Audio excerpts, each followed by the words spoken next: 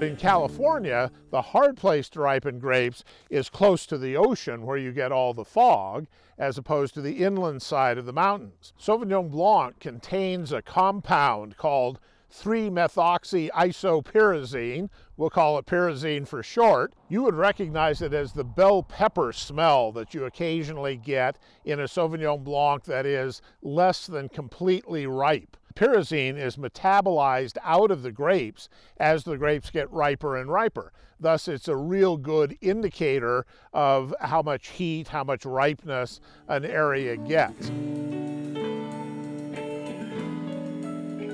So cool climate regions are going to produce Sauvignon Blancs that show more of that jalapeno bell pepper characteristic than warmer regions. And in general, most Americans probably don't like the pyrazine characteristic that much. In an area where you had vineyards on the ocean side of the mountains that had a lot of fog, you would find more of that bell pepper smell, more of that pyrazine note. And for vineyards that are on the inland side of the mountains, warmer vineyards, less of the pyrazine note, and almost take on kind of a melon-like characteristic.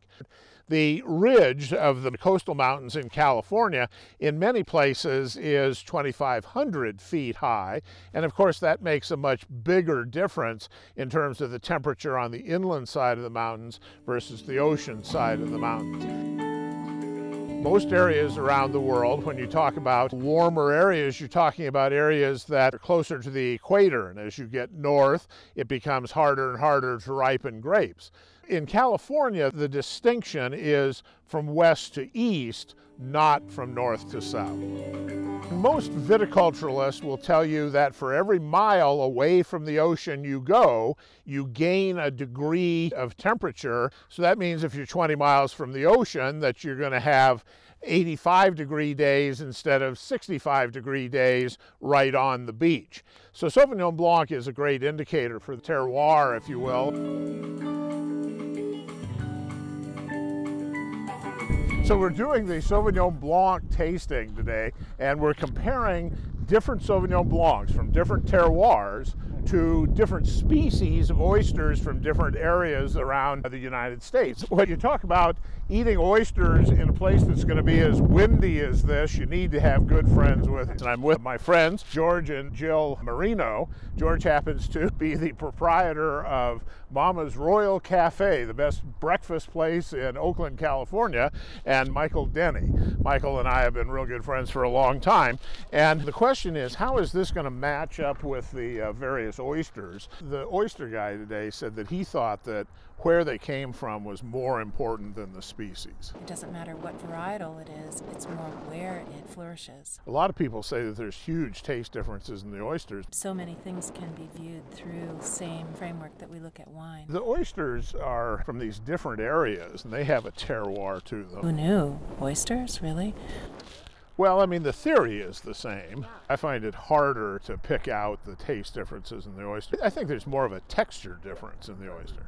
These are the ones from New Jersey. They definitely have a sweeter taste than the others. Well, that's a whole different species. That's the Virginicas. Yeah. Now, these Kumamotos are from up in Washington State. Crunchy. Firm.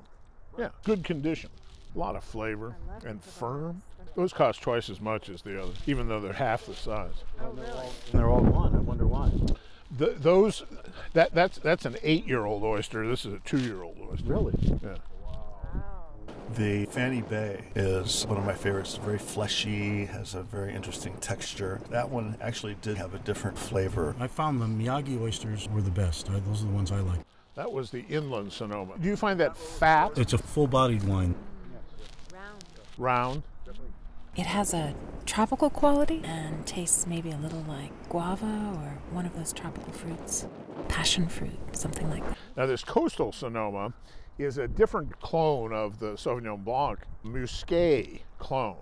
And it has a little bit of the muscat character to it. It's a little bit grassy, but it has a more acid, which also goes well with the oysters. Yeah, no, I like that a lot. It's kind of subdued flavor. The flavor of the oyster is very delicate, so it doesn't dominate. The other one has some wood on it, I think, too. Yeah, I think there's a big difference in the wines, though. I have a little harder time telling the oysters apart than I do the wines.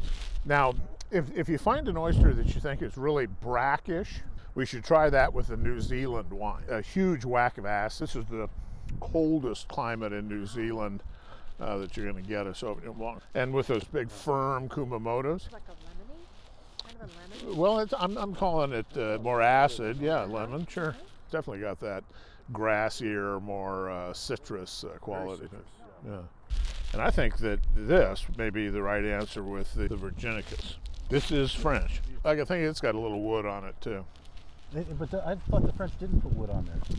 I think this has probably been in a barrel, but it's an older barrel. It doesn't live up to France's reputation, that's for sure. To me, this is not as acidic as I would have liked. No. And that little woodiness doesn't really appeal to me that much. This one would be a coastal style. I mean, Salinas Valley is going to be pretty cool, and I expect this to have some sort of grassy character to it. Oh, very grassy nose. Yeah, you smell the grass right away. I'm mowing my lawn. It's too grassy for me.